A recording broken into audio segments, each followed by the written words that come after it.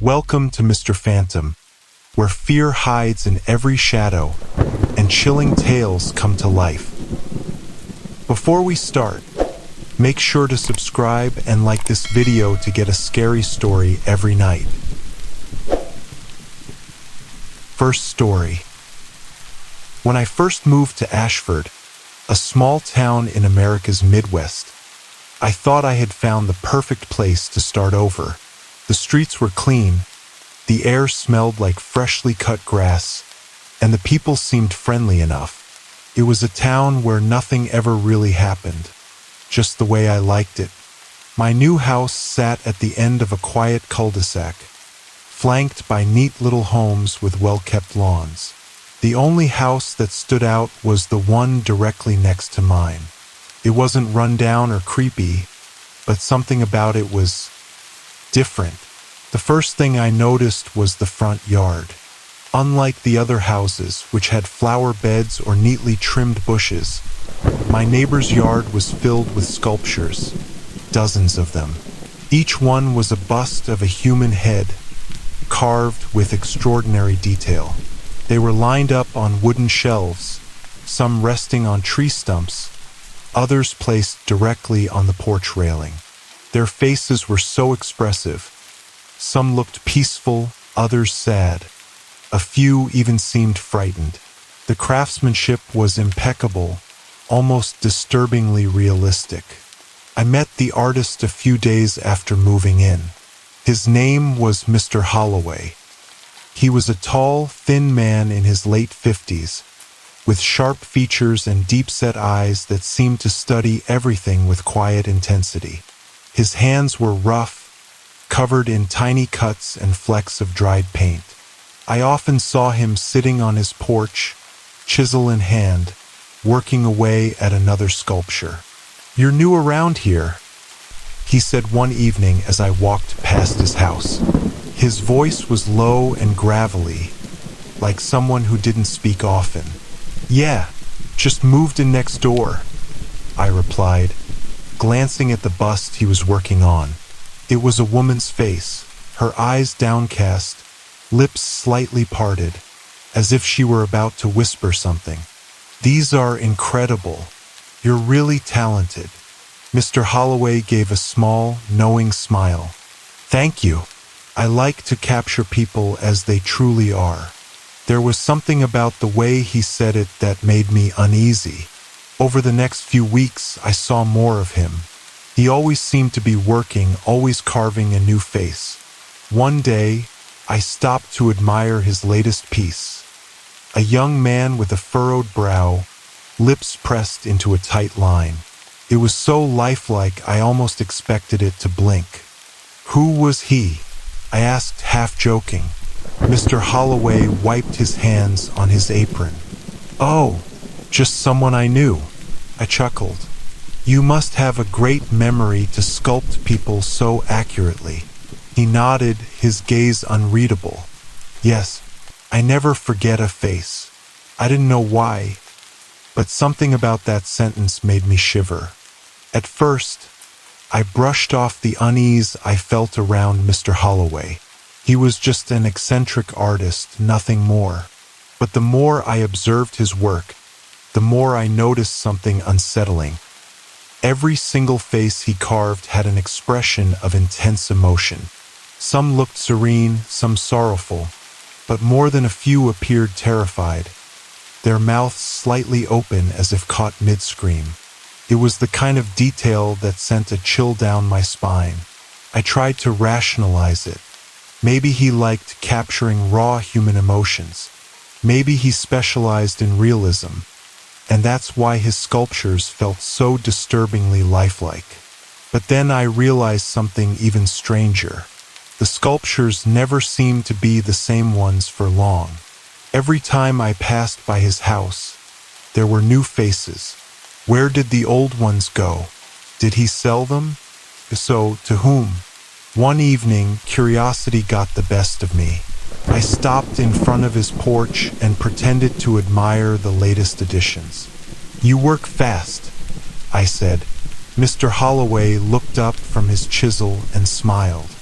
Inspiration strikes quickly. I studied the newest bust, a woman with wide, frightened eyes, her lips slightly parted. "She looks scared," I commented. His fingers traced the curve of the sculpture's cheek.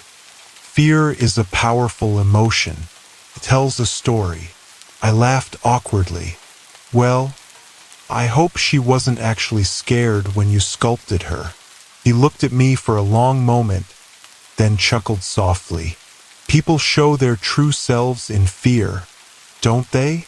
The conversation left me with a gnawing discomfort. I couldn't shake the feeling that there was something off about him. My gut told me to keep my distance, but my curiosity wouldn't let go. I started paying closer attention to his sculptures. That's when I made a horrifying realization. One night, I was scrolling through the town's local news out of boredom when I came across a missing persons report. A young woman named Lisa Keating had vanished 2 weeks ago. There was a picture of her. Bright eyes, full lips, soft curls framing her face. Something about her seemed eerily familiar. The next morning, I walked past Mr. Holloway's house again, my heart pounding as I stared at one of the sculptures on his porch. The woman's features were unmistakable. The same bright eyes, the same full lips, the face of Lisa Keating. I stopped dead in my tracks. My skin prickled as the realization sank in. Couldn't be a coincidence. The resemblance was too precise. How had he sculpted her so perfectly unless he had seen her up close? A cold dread settled in my stomach. I turned to glance at Mr. Holloway's window. He was standing there, watching me, his expression unreadable. That was the moment I knew something was very, very wrong. The realization that one of Mr. Holloway's sculptures resembled a missing woman refused to leave my mind. I tried convincing myself it was a coincidence, that maybe he had unknowingly chosen a face similar to hers. But the unease settled deep in my bones, making it impossible to ignore. That night, I barely slept.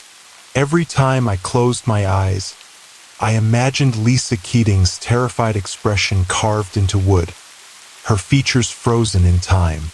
The thought was suffocating. I needed to know more.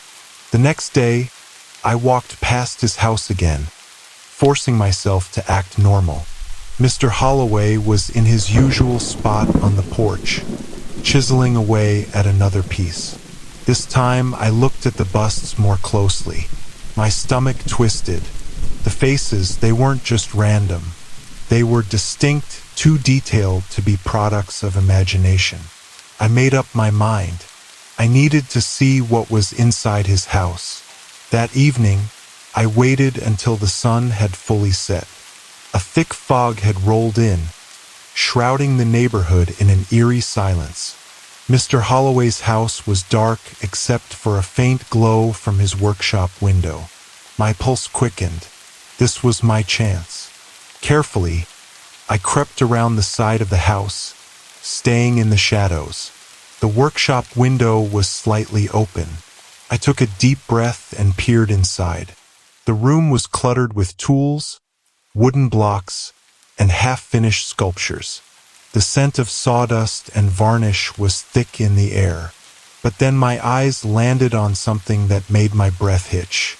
In the corner of the workshop, partially covered by a tattered cloth, was a human skull. My blood ran cold. At first, I thought it was just another sculpture, maybe a reference model. But as my eyes adjusted, I saw the truth. The skull wasn't made of wood. It was real. I stumbled back, my heart hammering in my chest. A sickening realization washed over me. The sculptures, they weren't just carved from wood. They had a foundation, a horrifying human foundation. A sharp creak made me freeze. Slowly, I turned my head toward the porch. Mr. Holloway was standing there, staring directly at me. His expression was unreadable, but in the dim light, His eyes gleamed with something that made my skin crawl. "You shouldn't be out this late," he said softly. I forced a nervous laugh, my mind racing. "Yeah, just taking a walk." His lips curved into a slow, unsettling smile. "You seem curious about my work." I swallowed hard. "It's impressive," I managed to say, trying to keep my voice steady. Mr. Holloway stepped closer, his gaze never leaving mine. "You know," he mused, tilting his head, "I've been thinking of sculpting someone new." A face full of curiosity. A cold shiver ran down my spine. I had to get out of there.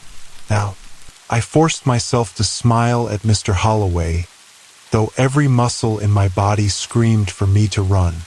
His words echoed in my head. "I've been thinking of sculpting someone new." My skin prickled with the implication. "Well," I said, trying to keep my voice light, "I'm sure it'll be your best work yet." His smile didn't waver. "Oh, I always strive for perfection." I needed to leave. Now, but I couldn't bolt, that would be too obvious. I took a slow step back, feigning nonchalance. "I should head home. It's getting late." Mr. Holloway didn't stop me. He simply nodded, his eyes gleaming under the dim porch light. "Good night," he murmured.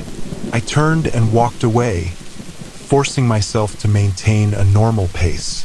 I could feel his gaze burning into my back. The second I was out of his sight, I ran. When I reached my house, I locked every door and window. My breath came in ragged gasps as I slumped against the door, my mind racing. I had just uncovered something truly horrifying, and now he knew that I knew. I needed proof. Grabbing my phone, I sat by the window watching his house. The porch light had gone out, and the entire house was dark. But I knew he was in there, watching, waiting. I barely slept that night. Every creak of my house made me flinch. Shadows in the corners seemed to shift.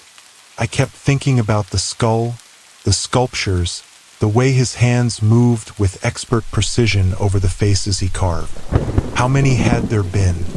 How many people had disappeared into his art?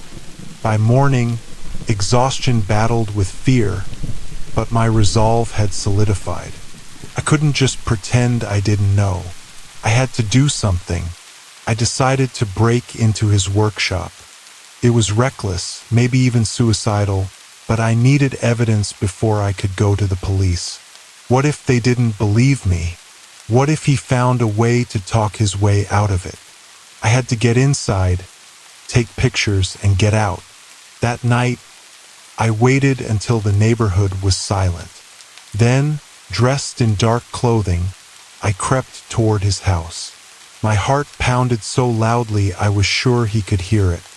The back door to his workshop was locked, but the window I had peeked through the night before was still slightly open. Carefully, I slid it up and climbed inside. The scent of sawdust and something rotting filled my nose. I held my breath as I turned on my phone's flashlight, and then I saw it. A row of skulls, neatly arranged on a shelf. Some were yellowed with age, others disturbingly fresh. I clamped a hand over my mouth to stop myself from screaming. Then I heard the sound of footsteps. Slow, deliberate. Mr. Holloway was inside the house, and he knew I was here. The moment I heard the footsteps, my entire body went rigid. My breath hitched in my throat as the slow, deliberate steps moved across the house. Each footfall sent a jolt of panic through me. Mr. Holloway was awake, and he was moving. I had to get out. Slowly, I turned off my phone's flashlight, plunging the workshop into darkness. My heartbeat pounded in my ears as I crouched behind a work table, gripping the edge so tightly my knuckles ached. I couldn't just run for the window, not yet. If he heard me, I'd never make it. The footsteps stopped. Silence. I strained my ears, trying to figure out where he was. Maybe he hadn't heard me. Maybe he was just getting a drink of water, or a floorboard creaked right outside the workshop door. I bit down on my lip to keep from making a sound. My hands trembled as I eased my phone out of my pocket, barely daring to breathe. I had my proof, the photos of the skulls, the sculptures, the horror I had uncovered. If I could just make it out of here, I could go straight to the police. The doorknob rattled. I nearly lost my balance as I crouched lower. My stomach twisted with fear as I watched the door slowly swing open. A shadow stretched across the floor. Mr. Holloway stepped inside. Even in the darkness, I could see the glint of something in his hand. A chisel, long, sharp. His fingers curled around it like it was an extension of his own body. I pressed myself against the table, willing myself to become invisible. He took another step forward, then another, his head tilted slightly, listening. "I know you're here," he murmured, his voice barely above a whisper. "You've been so curious. I suppose it's only fair you see the truth up close." My pulse roared in my ears. I had two choices: stay hidden and hope he left, or make a run for it and risk him catching me. I didn't have time to think. In one desperate move, I lunged toward the window. My hands gripped the frame as I hoisted myself up. My foot knocked over a jar of carving tools, sending them clattering to the ground. "Ah," Mr. Holloway sighed, as if I had confirmed something for him. Then he lunged. I felt his fingers graze my ankle as I kicked out, scrambling through the window. My body hit the ground hard, pain shooting through my shoulder. But I didn't stop. I scrambled to my feet and ran. Behind me, I heard him climb out after me. "Come back," he called, his voice calm, almost amused. "I need a new piece, something fresh." I didn't turn back. I sprinted across my yard, fumbled for my keys, and nearly collapsed against my door as I shoved it open. The moment I got inside, I locked every bolt, every chain. Then I heard it soft tapping against my window. I didn't look. I just backed away, my hands shaking as I reached for my phone. It was time to call the police. My hands trembled as I dialed 911. My breath came in short, uneven gasps as I pressed the phone to my ear. My gaze locked on the shadow outside my window. I couldn't see him, but I knew he was there, watching, waiting. 911, what's your emergency? I forced myself to speak, keeping my voice low. My neighbor, he's dangerous. He has bodies in his workshop, human skulls. He's been watching me, and now he's outside my house. The dispatcher's voice remained calm. Stay on the line. Officers are on their way. Can you see him right now? I swallowed hard, inching toward the window. The street was empty, the night eerily silent. The shadow was gone. My stomach twisted. Then bang! Something slammed against my back door. I nearly dropped the phone. "He's trying to get in?" I whispered, pressing my back against the wall, my heart hammering in my chest. "Stay where you are," the dispatcher instructed. "Lock yourself in a room if you can." I was about to run to my bedroom when I heard it. Faint, almost delicate. A soft, rhythmic tapping on my living room window. I turned, my blood running ice cold. Mr. Holloway stood there, his face barely visible in the darkness. But I could see the smile, slow, patient. He lifted his hand and mimicked a carving motion in the air, as if he were already chiseling my face into his next masterpiece. A distant wail of sirens cut through the silence. His smile faded. Then, as casually as if he were simply done with a conversation, he turned and walked away. I stood frozen, phone clutched in my hand, as flashing red and blue lights filled the street. The police searched his house that night. What they found made national news. Dozens of skulls, each stripped clean, polished like they had been carefully prepared.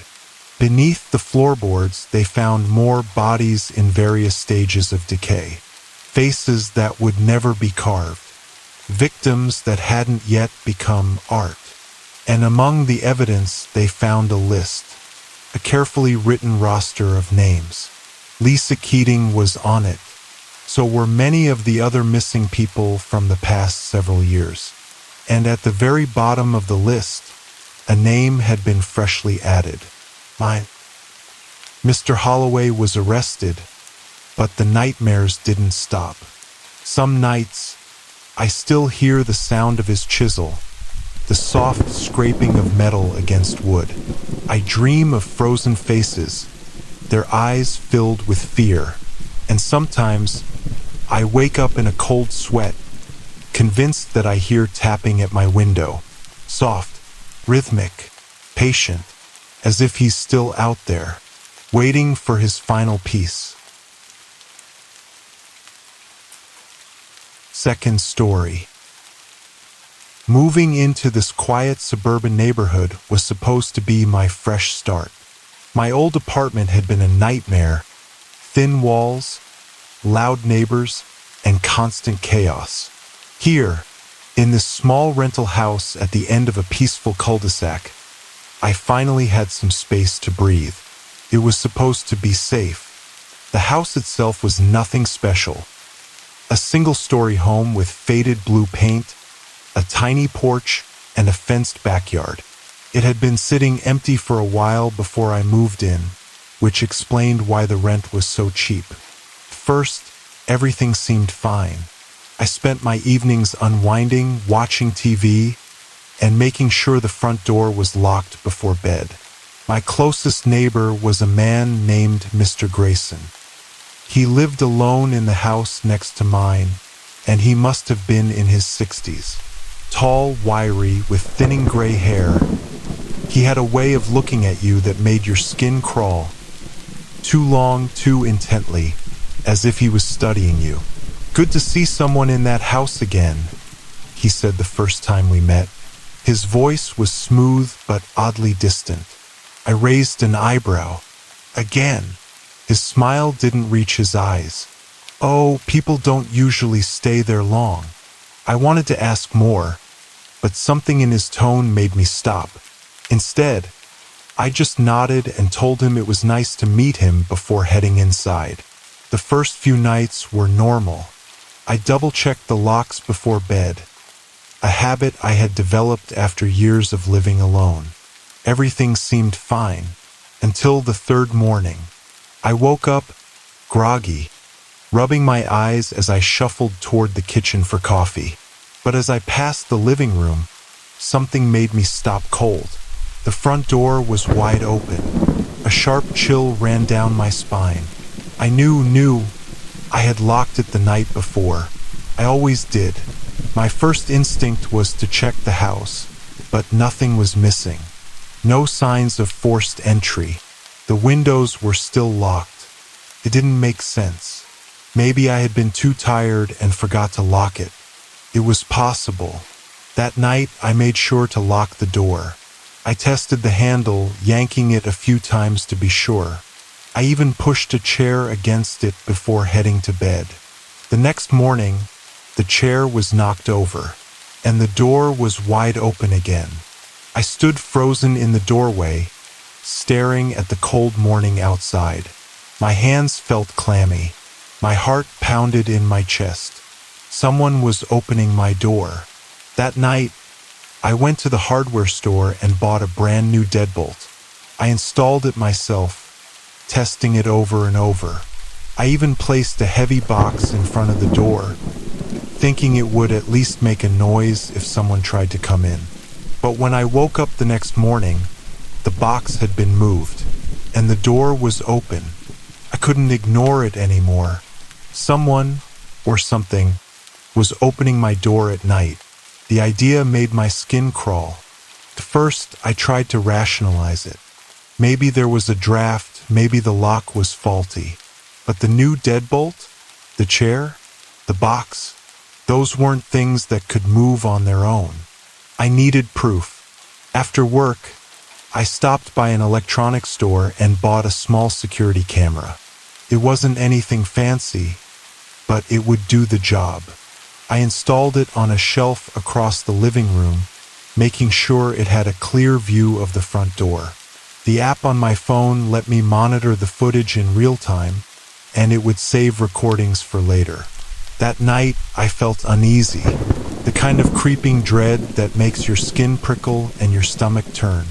I went through my usual routine, locking the door, double-checking the deadbolt, shoving the heaviest chair I had in front of it. Then I turned off the lights and went to bed. I didn't sleep well. Every creak of the house, every shift in the wind outside made my heart pound. At some point, exhaustion won, and I drifted into uneasy sleep. I woke up with a jolt. Something felt wrong. My room was cold, the air heavy.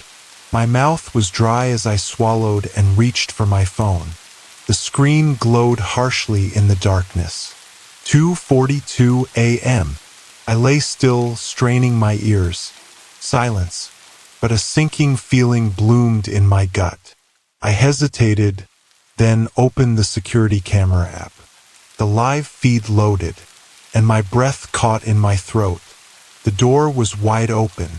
I shot upright, my body stiff with fear.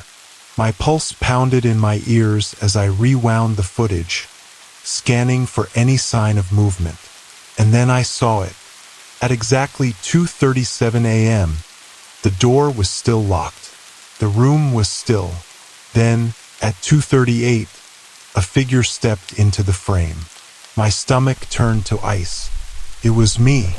The person on the screen wore the same t-shirt I had gone to bed in. Their hair tousled, movements slow and deliberate. I watched in horror as my own body shuffled toward the door, reached out, and undid the deadbolt. Then I opened the door without hesitation, without resistance, like it was the most natural thing in the world. I didn't even glance around. I didn't stop to think. I just opened it. The figure stood there for a moment, staring out into the dark. Then slowly they turned. That was when I saw my own face. But something was wrong. My eyes were empty, hollow. My expression was completely blank.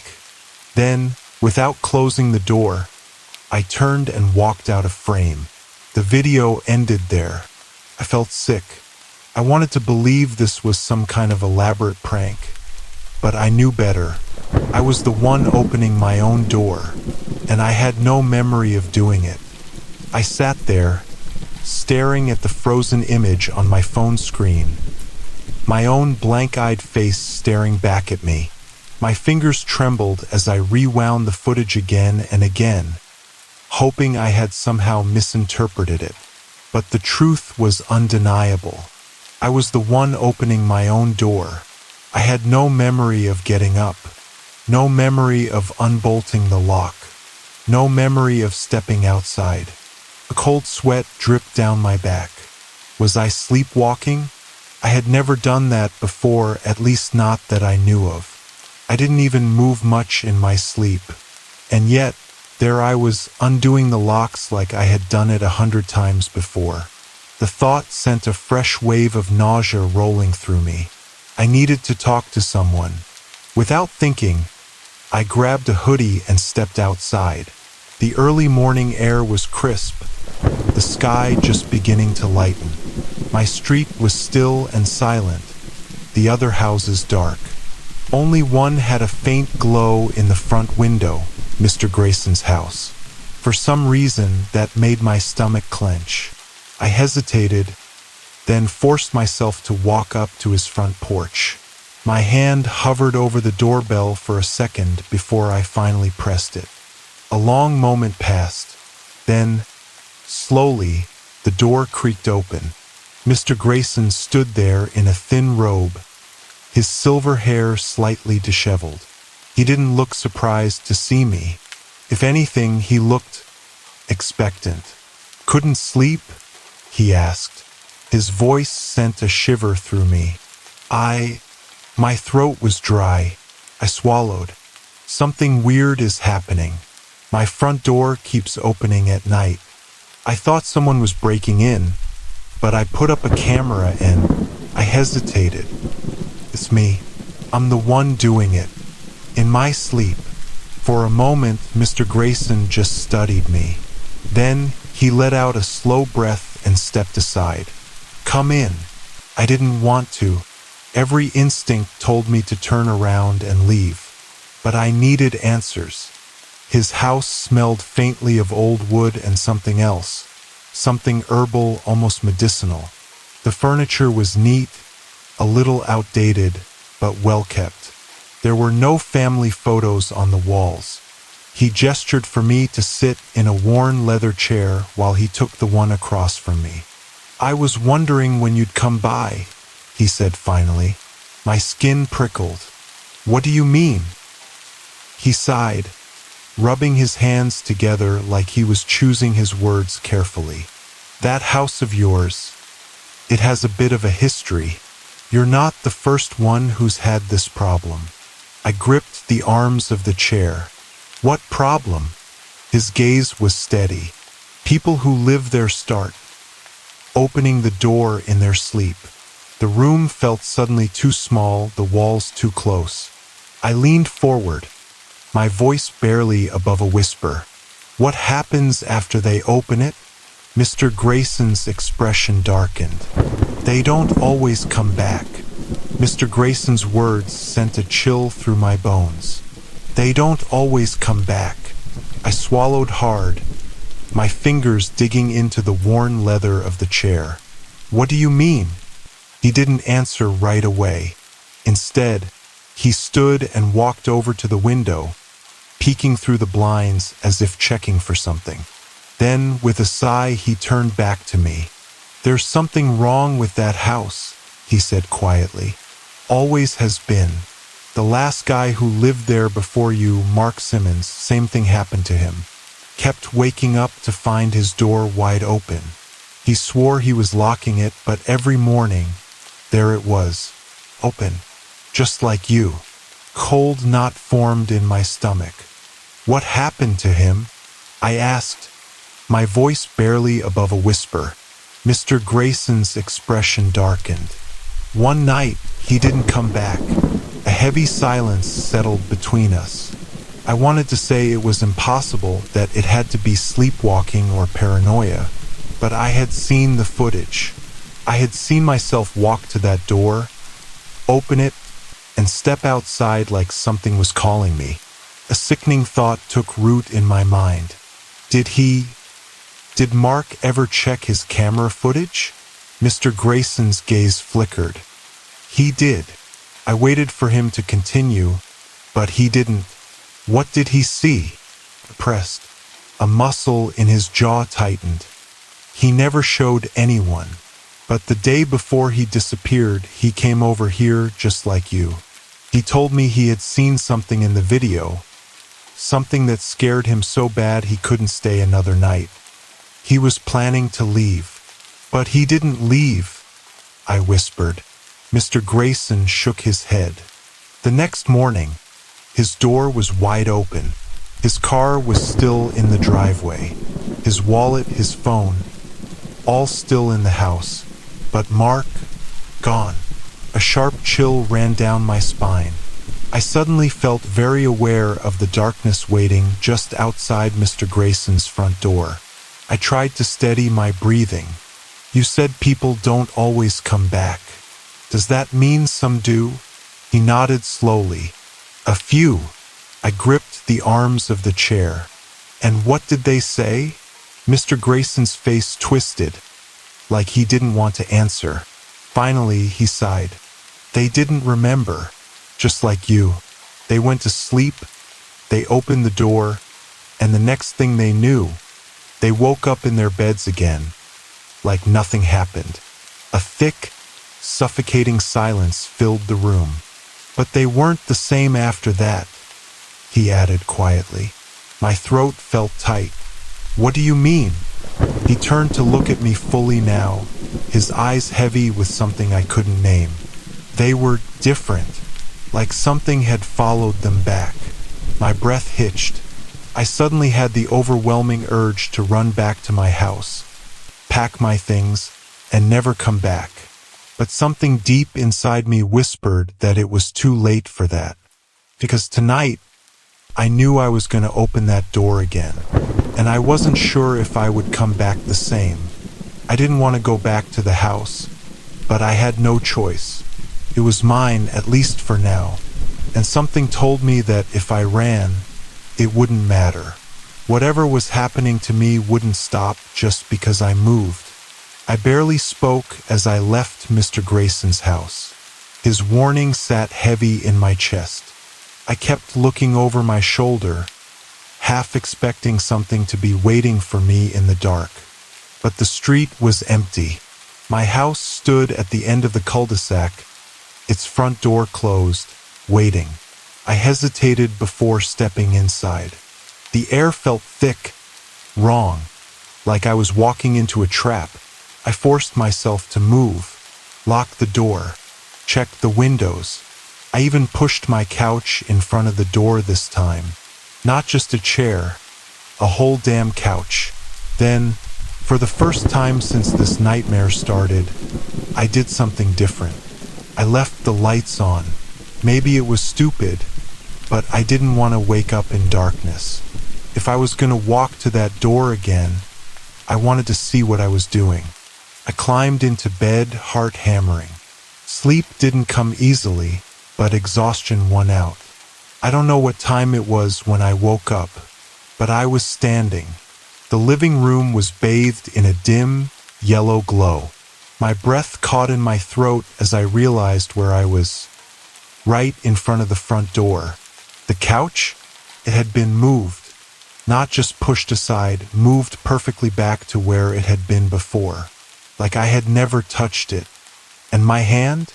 It was on the deadbolt. I tried to pull back, but my fingers wouldn't listen. My body wasn't mine anymore. I was awake, fully aware, but I couldn't stop myself. The lock clicked. The door creaked open. Cold air rushed in, and my body stepped forward. No, no, no. I tried to scream, but nothing came out. I could only watch as my bare feet stepped past the threshold, onto the porch. Something was waiting. The street was empty. The other houses were dark. But just beyond the glow of my porch light, the shadows were thick, too thick, and they moved. I couldn't see what was in them, but I felt it, watching, waiting. The air smelled different out here, damp, earthy, wrong, like a place that had never seen sunlight. My body took another step forward, then another. I was going to disappear, just like Mark, just like the others. No, fight it. With every ounce of willpower, I focused on my fingers. Just one movement, a twitch, a shake, something snapped. I gasped as control flooded back. My hand shot out, grabbing the doorframe. My legs locked. The thing in the shadows shifted. It knew. It was losing me. With a scream, I threw myself backward. I hit the floor hard, scrambling on all fours as I kicked the door shut. My shaking fingers locked the deadbolt. Silence. I lay there, panting, staring at the door. It didn't open again. I never found out what was waiting for me beyond that threshold. But I packed my bags that morning, and I never slept in that house again. Third story. I had never thought much about my neighbor, Mr. Lambert. He was just another quiet old man living alone. the kind of person who didn't bother anyone and expected the same in return. His house was old but well-maintained, with curtains that were always drawn, making it impossible to see inside. I had lived next to him for 3 years, and in all that time I had never once seen him have visitors. Then, one evening, I noticed something strange. A stain had appeared on the side of his house, just beneath the second-floor window. It was dark, a deep reddish-brown, and it seemed to have spread out in irregular streaks. At first, I assumed it was rust or maybe some kind of water damage. But as the days passed, the stain didn't fade. It grew. The more I looked at it, the more unsettling it became. It wasn't just spreading outward. It was thickening, like whatever it was hadn't dried properly. It looked wet. Something about it made my skin crawl. One evening, as I was locking up my house, I caught sight of Mr. Lambert standing on his front porch.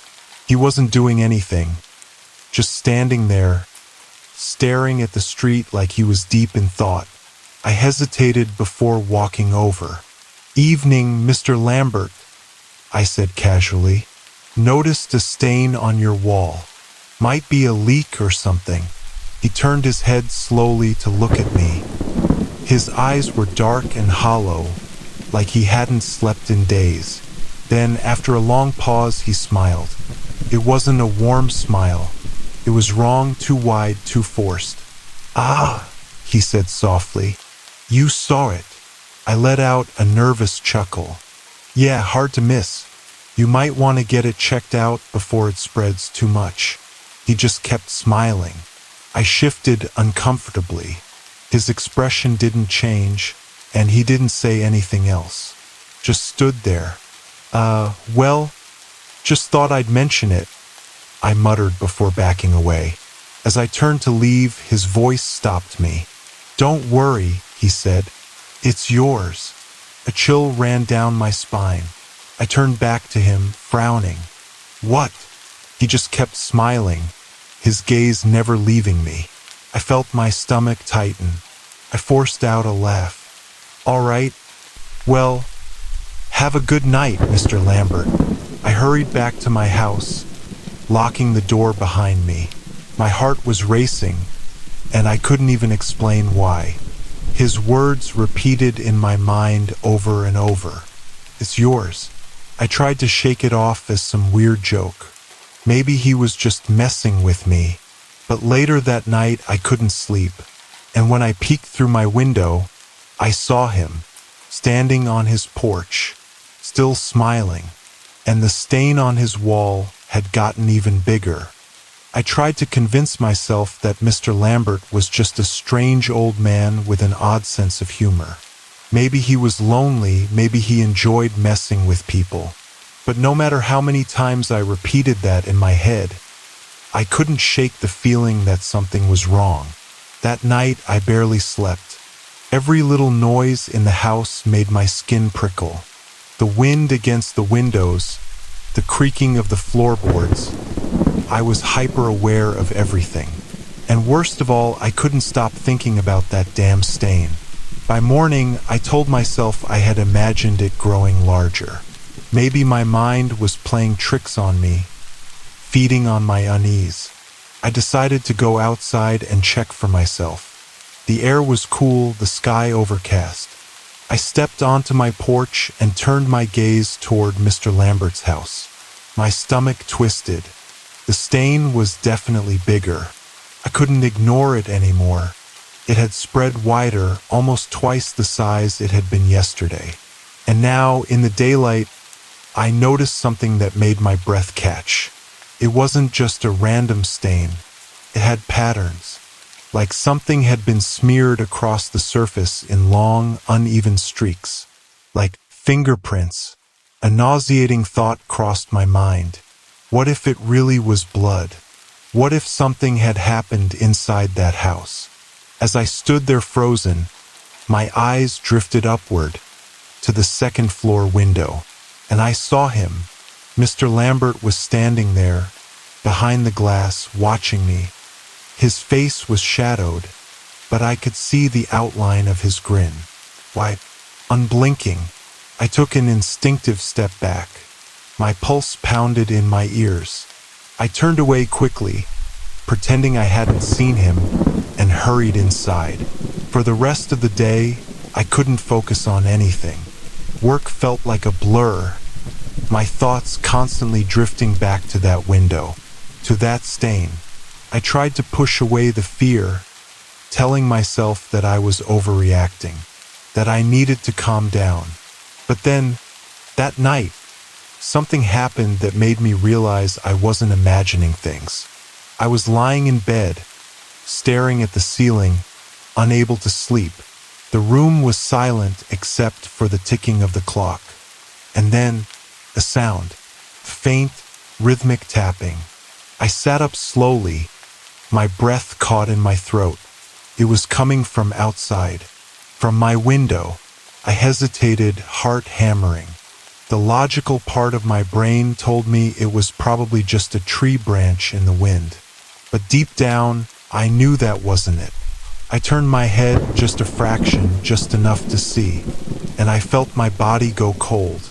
Outside, standing on my lawn, was Mr. Lambert. His head tilted slightly, his face barely illuminated by the dim porch light. He was watching me, and he was smiling, and his hands were red. I couldn't move. My breath caught in my throat as I stared at Mr. Lambert standing in my yard. His hands stained dark with something I didn't want to identify. He didn't move. He didn't blink.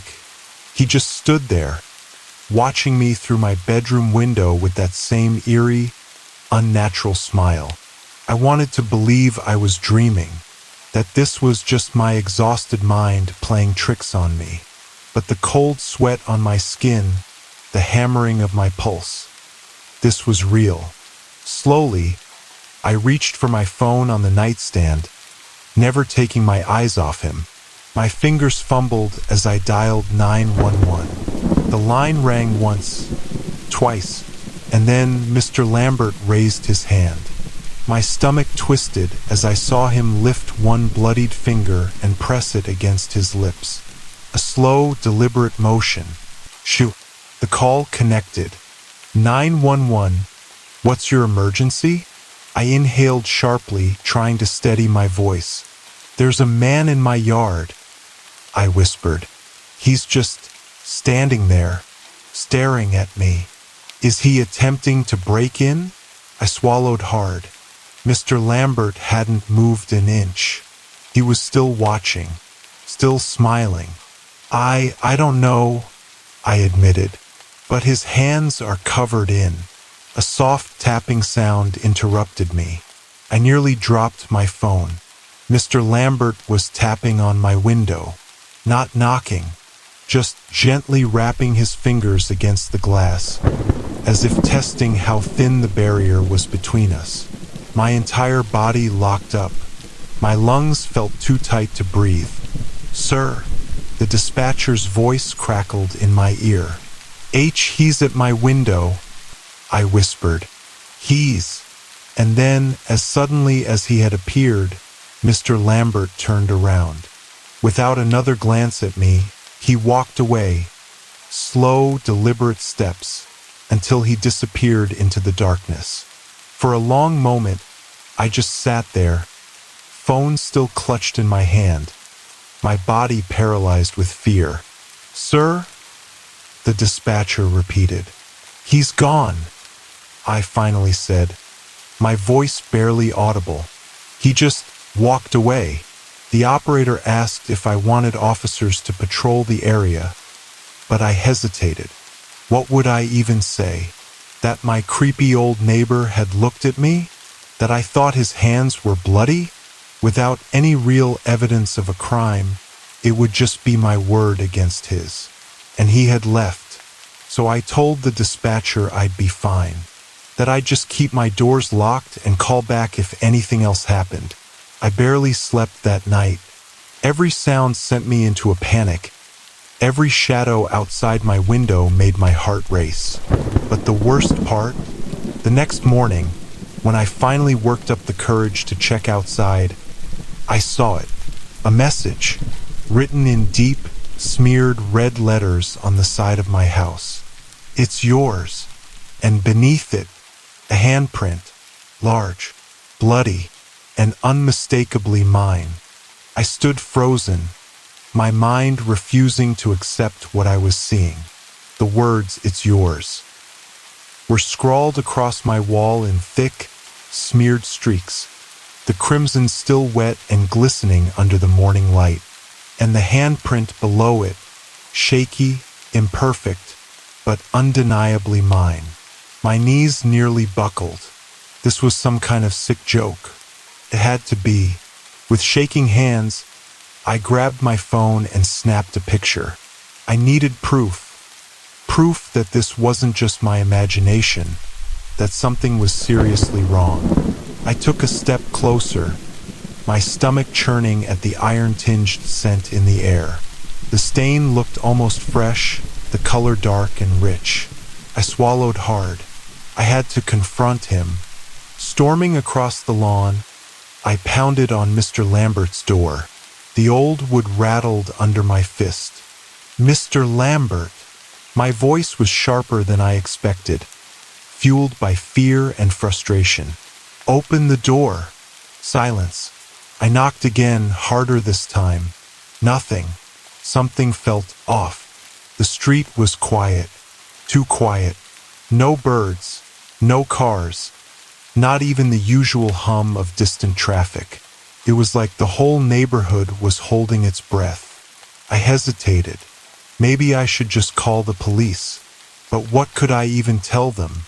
That my neighbor had written a cryptic message in blood and somehow used my handprint? They'd think I was insane. Still, something deep inside me urged me forward. I reached for the doorknob, and it turned, unlocked. A deep sense of dread settled in my stomach.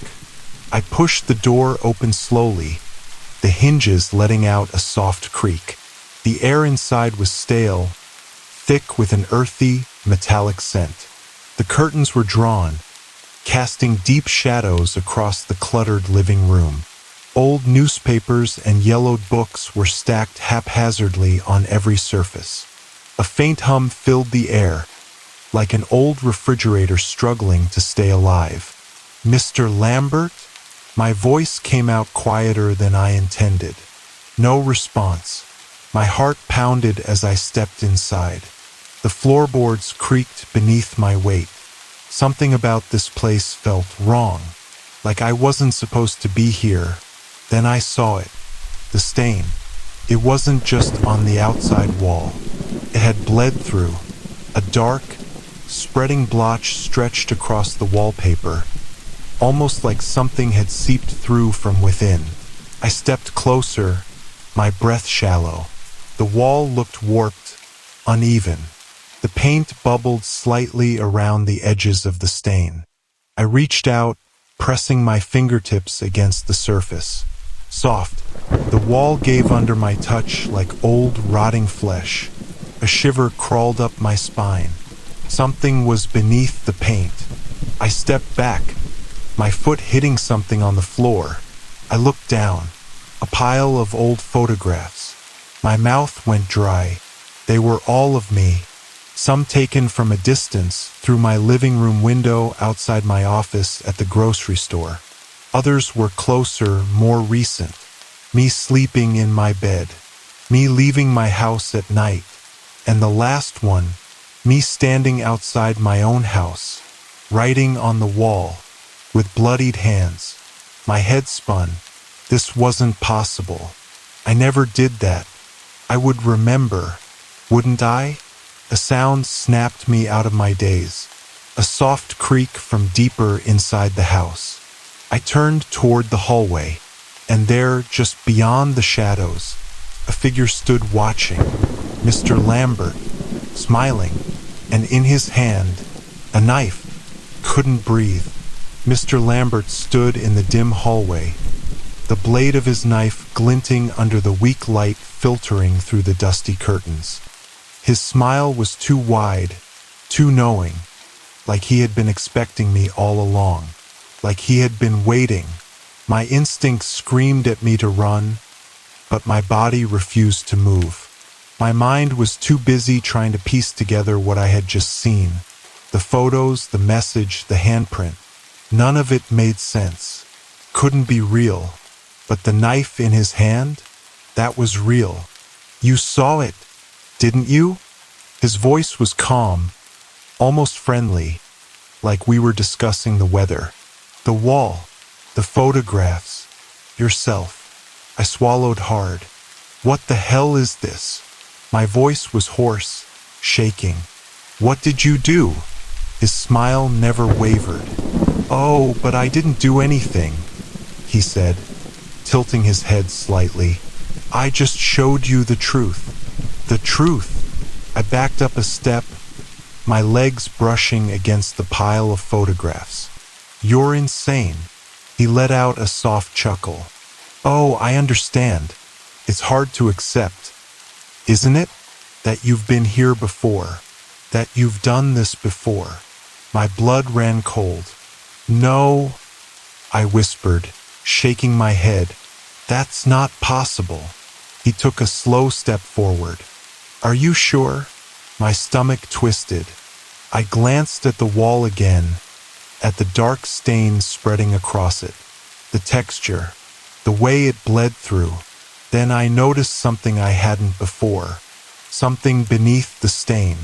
Shapes. No, not just shapes, letters. I could barely make them out, but they were there, carved into the wall beneath the layers of paint and rot. A date, 6 months ago.